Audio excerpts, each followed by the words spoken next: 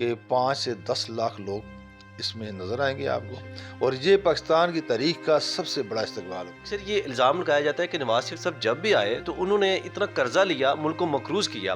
پاکستان کی بڑی عزت تھی، انویسٹمنٹ پاکستان میں آ رہی تھی، ایک سازش شہی اس کے بعد یہ حکومت ہماری ختم کی کہ ہم اپنے قائد کا استقبال کریں گے، پاکستان کی خوشحالی کا استقبال کریں گے۔ سے اپنے لیڈر کی، اپنے قائد کی آپ کیسے ویلکم کرنے کے لیے پرجوش؟ 2013 میں ہم نے حکومت لی تو ملک میں کیا معاشی بدحالی، عمران خان صاحب کو ایک سازش کے ذریعے لایا۔ اگر قرضے لیتے تو پھر یہ آئی ایم ایف سے نجات کیسے لیتے؟ قرضے کی بات کرتے ہیں تو قرضہ جتنا عمران خان نے 3.5 پونے 4 سال میں لیا، اس کا کمپیئر کریں ہماری حکومتوں سے، کسی حکومت سے بھی آئی کی نائلی کا، اس سے مجھے زیادہ ثبوت نہیں ملتا کہ میٹرو بس نیو ایئرپورٹ کے لیے تیار تھی، روڈ تیار تھا، ہر چیز میرے پاس۔ کم از کم 2000 وہ لوگ ہیں جو کہتے ہیں جی ہم آپ کے ساتھ جائیں گے۔ یہ استقبال پاکستان کی تاریخ کی یہ منزل طے کرے گا کہ پاکستان انشاءاللہ ایک دفعہ پھر ترقی پہ راہ پہ انشاءاللہ گامزن ہوگا۔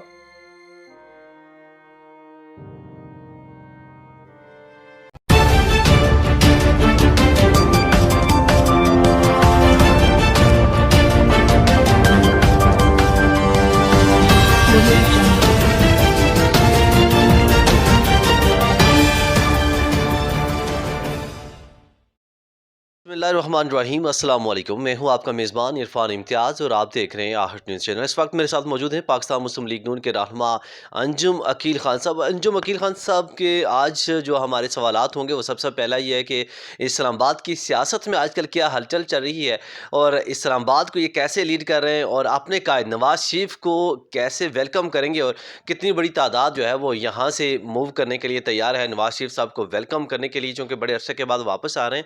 اور لاسٹ ان سے میرا کویشچن ہوگا کہ ان کا جو اپنا حلقہ ہے NA 54 کو یہ کس حد تک مضبوط دیکھتے ہیں۔ السلام علیکم سر۔ وعلیکم السلام جی۔ سب سے پہلے تو آپ کا بہت شکریہ، آپ نے ٹائم دیا۔ تو سر کیسے اپنے لیڈر کی، اپنے قائد کی آپ کیسے ویلکم کرنے کے لیے پرجوش ہیں؟ بسم اللہ الرحمن الرحیم۔ ہم نے جی گزشتہ کوئی 2 ہفتے سے 3 ہفتے سے یہ کام شروع کیا ہے، قائد کی ہدایت کے مطابق جب کنفرم ہوا ہے کہ وہ آ رہے ہیں پاکستان، تو یقین کریں جب لوگوں سے رابطہ کیا ہے تو لوگ جو خاموش لوگ تھے، جو نظر نہیں آ رہے تھے، انہوں نے اس طرح اپنے جذبات کا اظہار کیا ہے کہ انہوں نے کہا جی ہم اپنی جان مال کے ساتھ پاکستان کی ترقی اور پاکستان کی خوشحالی کے لیے نکلنا چاہتے ہیں، اور ہمیں جانے کی ضرورت نہیں پڑی لوگوں کے پاس، لوگ خود ہمارے پاس آ رہے ہیں کہ آپ جائیں گے، آپ کے ساتھ ہم جائیں گے، ہم اپنے قائد کا استقبال کریں گے، پاکستان کی خوشحالی کا استقبال کریں گے۔ اور نو ڈاؤٹ کہ اس سے پہلے بھی جو پاکستان میں آج جو انفراسٹرکچر آپ کو نظر آ رہا ہے، اگر لوگوں سے آپ تھوڑا سا سکون سے آرام سے پوچھیں تو لوگ آپ کو جواب دیں گے ساری مسلم لیگ نون کی وجہ سے یہ اسٹرکچر بنا ہے۔ نو، اس میں بھی کوئی شک نہیں ہے کہ اس سے پہلے آپ ضیاء الحق صاحب کا اتنا بڑا ایک دور تھا، اس میں پیسوں کی بڑی ریل پھیل تھی، آپ کو پتہ ہے گلف وار اس چل رہی تھی، اس میں ہم کولیشن پارٹنر تھے اور بے شمار پیسہ پاکستان میں آیا، لیکن کوئی بھی ایسا پاکستان کی بنیادی ترقی کے لیے جس کو آج آپ یہاں بیٹھ کے ڈسکس کر سکیں کہ یہ کام اس دور میں پاکستان کی فاؤنڈیشن مضبوط کرنے کے ہوئے ہیں، کوئی کام آپ کو نظر نہیں آئے گا۔ اس کے بعد مشرف صاحب کا دور آیا، وہ بھی ایک طویل دور تھا، اس میں بھی افغان وار تھی اور وہاں بھی اتحادی تھے اور بڑا دنیا سے پیسہ ہمارے ملک میں آیا، لیکن کوئی فاؤنڈیشن، پاکستان کی فاؤنڈیشن مضبوط کرنے کے لیے کوئی کام نہیں کیا گیا جس کو آج ہم بیٹھ کے گن سکیں کہ یہ کام فلاں فلاں دور میں ہوئے ہیں۔ اس کے بعد پیپل پارٹی کی حکومت آئی، وہ بھی ادوار آپ کے سامنے ہے کہ جب 2013 میں ہم نے حکومت لی تو ملک میں کیا معاشی بدحالی تھی، کیا ملک میں اندھیرے تھے، کیا ملک میں دہشت گردی تھی، کیا ملک میں مہنگائی تھی، تو یہ ساری چیزیں الحمدللہ جب میاں محمد نواز شریف صاحب نے 2013 میں حکومت سنبھالی، سب پر قابو ڈالا۔ اس کے بعد 18 کے کیوں پاکستان اس بدحالی کو ختم کر کے، اس لوڈ شیڈنگ کو ختم کر کے، اس دہشت گردی کو ختم کر کے، اس مہنگائی کو ختم کر کے ہم نے پاکستان کو ترقی کی راہ پہ چلایا اور اللہ تعالیٰ کے فضل کرم سے اللہ تعالیٰ میاں محمد نواز شریف کو صحت تندرستی دے، ان کا ہمارے سر پہ قائم دائم رکھے۔ پاکستان میں سمجھتا ہوں آج کی جو اہمیت ہے یا پاکستان کے جو حالات ہیں، ان کا واحد ایک ذریعہ ہے میاں محمد نواز شریف۔ تو انہوں نے 2018 میں پاکستان کو پھر ایک دفعہ اس قابل بنا دیا کہ پاکستان کی جی ڈی پی 5.8 5.9 تھی اور ترقی یافتہ ممالک میں جا رہا تھا۔ دنیا میں پاکستان کی بڑی عزت تھی، انویسٹمنٹ پاکستان میں آ رہی تھی۔ ایک سازش ہوئی، اس کے بعد یہ حکومت ہماری ختم کی گئی۔ اس میں بھی کوئی شک نہیں ہے کہ سال 1.5 سال 1 سال جو ہے شاہد خان صاحب ہمارے وزیر اعظم رہے اور وہ بھی ہماری پارٹی تھے، لیکن ایک تسلسل ٹوٹ گیا تھا، ایک اعتماد جو انٹرنیشنل دنیا ہم پر اعتماد کر رہی تھی وہ درمیان میں شیک ہوا، اور یہ وہاں سے ٹوٹنا شروع ہوا، ترقی کا پہیہ رکنا شروع ہوا۔ اور پھر عمران خان صاحب کو ایک سازش کے ذریعے لایا گیا، اور اس 3.5 پونے 4 سال میں جو ملک کا حال ہوا وہ پوری پاکستان کے سامنے ہے کہ کس طرح ایک سازش کے تحت وہ آئے، اور انہوں نے 3.5 پونے 4 سال صرف گالیاں دینے میں، الزام لگانے میں گزار دیا، اور ملک کے لیے کوئی ایک بنیادی کام بتا دیں جو کہ انہوں نے کیا ہو۔ اچھا سر، ایک بڑا کویشچن ہے جو وہ کویشچن یہ ہے کہ اکثر یہ الزام لگایا جاتا ہے کہ نواز شریف صاحب جب بھی آئے تو انہوں نے اتنا قرضہ لیا، ملک کو مقروض کیا، دوسری جانب انہوں نے لوگوں کو ریلیف تو دیا، مطلب ریلیف کی جب بات کی جاتی ہے تو ریلیف تو دیا جاتا ہے، لیکن قرضہ لے کے وہ اس سائڈ سے ملک کو مقروض کر رہے ہوتے ہیں، اس والے سے کیا کہنا چاہیں گے؟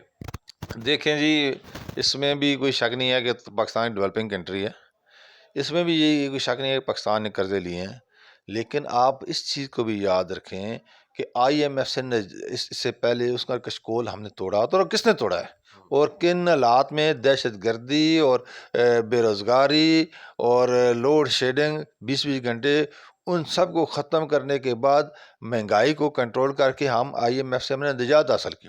تو قرضہ پھر نواز شریف نے لیا یا کس نے لیا؟ اگر قرضے لیتے تو پھر یہ آئی ایم ایف سے نجات کیسے ملتی ہے ہمیں؟ تو یہ کشکول بھی کریڈٹ مسلم لیگ نون کو جاتا ہے، میاں محمد نواز شریف کو جاتا ہے۔ اور اس کے بعد آپ قرضے کی بات کرتے ہیں تو قرضہ جتنا عمران خان نے 3.5 پونے 4 سال میں لیا، اس کا کمپیئر کریں ہماری حکومتوں سے، کسی حکومت سے بھی، لیکن کنسٹرکٹیو کام ملک کے لیے کیا ہوا؟ ہمیں جو 15 مہینے یہ حکومت ملی، یہ حالانکہ کوئی اتنی پائیدار حکومت نہیں تھی، ایک کولیشن تھی، یہ بھی پی ڈی ایم تھی، لیکن اس سب کے باوجود اسلام آباد کی میں بات کرتا ہوں کہ جتنے بیگا پروجیکٹ اسلام آباد میں مکمل ہوئے، کیونکہ شہباز شریف صاحب بیسیکلی ایک ورکر ہیں، وہ ان کی ایک جذباتی لگو ہے ترقیاتی کاموں سے، تو انہوں نے آپ کے سامنے مرگلہ مرگلہ ایکسپریس بنائی انہوں نے، جو کہ پچھلے 10 سال سے پینڈنگ پڑی تھی۔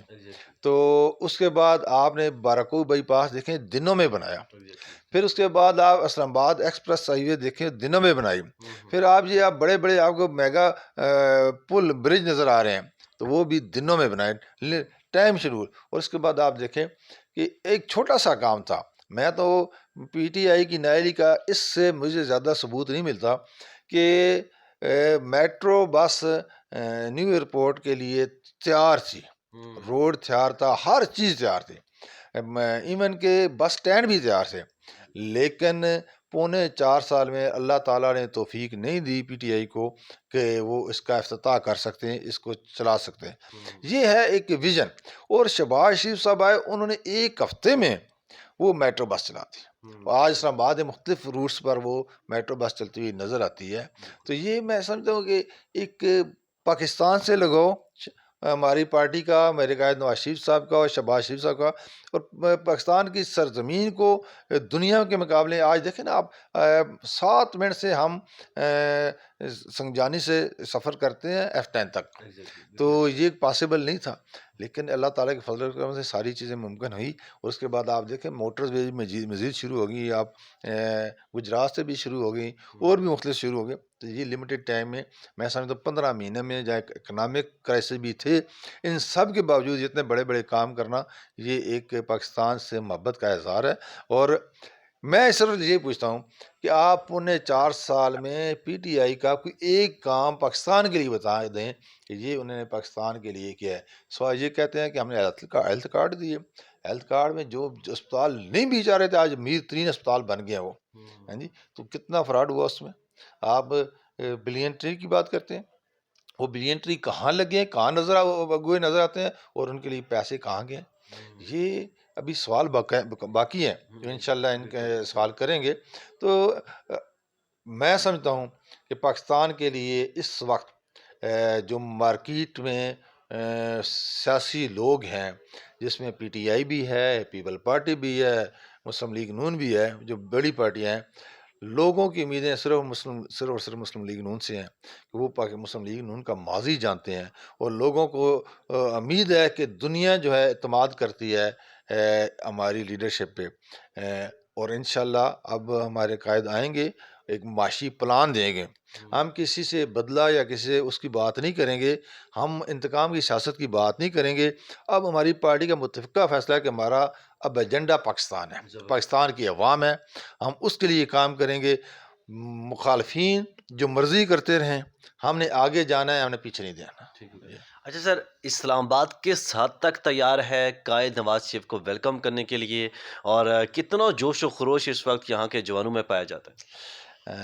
میں نے جیسے آپ کے سے پہلے ذکر کیا کہ یقین کریں کہ جوں لوگوں کو ٹچ کرتے ہیں، میں اپنے حلقے کی بات کرتا ہوں پہلے تو، کہ آج میرے پاس کم از کم 2000 وہ لوگ ہیں جو کہتے ہیں جی ہم آپ کے ساتھ جائیں گے.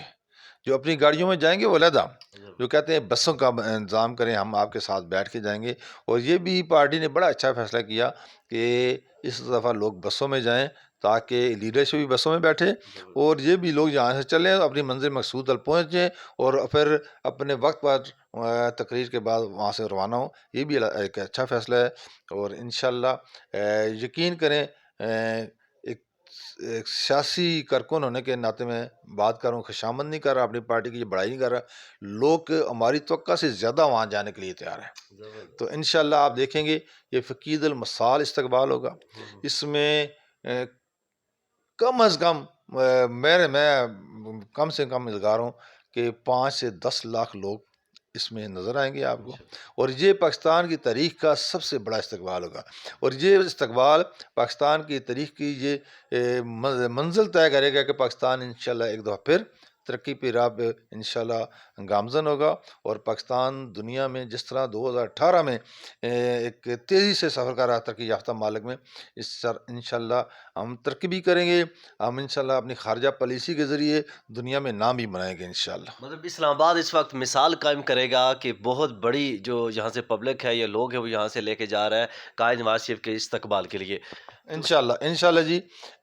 میں امید کرتا ہوں کہ اسلام آباد سے کم از کم 8 سے 10 ہزار نوجوان جائیں گے جی لاہور، جو اپنی منزل منصوب تک پہنچیں گے جی. کوئی پیغام دینا چاہیں سر بالخصوص NA 54 کے اپنے حلقے کے والے سے، یا پھر اسلام آباد کے عوام کے لیے کہ قائد نواز شریف کو ویلکم کرنے کے لیے کیسے جائیں، کیا تیاریاں ہیں، کیا کیا ایجنڈا ہے؟ میں آپ کے اس چینل کے ذریعے اپنے لوگوں کو یہ میسج دینا چاہتا ہوں کہ جس طرح آپ نے آج سے چند دن پہلے میں نے ایک پارٹی کا چھوٹا سا فنکشن کیا، بظاہر تو میرے یہ خیال تھا 500-700 بندہ ہوگا، لیکن الحمدللہ 2000 سے زیادہ آدمی یہاں موجود تھے.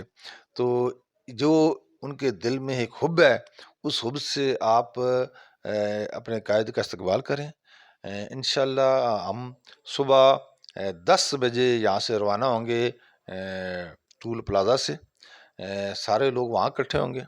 اور میں اپنے لوگوں کو کہتا ہوں کہ اگر آپ چاہتے ہیں کہ پاکستان ترقی کرے، اگر آپ چاہتے ہیں کہ پاکستان امن ہو، جس طرح دہشت گردی پہلے ہم نے کنٹرول کی آج بھی کریں، اگر آپ چاہتے ہیں کہ ملک کے خارجہ پالیسی بہتر ہو، دنیا میں آپ کا بہتر تشخص اجاگر ہو، تو پھر آپ کے پاس یہ بہترین موقع ہے. آپ بڑھ کر آگے آئیں اور انشاءاللہ پاکستان کی ترقی اور خوشحالی میں آپ حصہ لیں.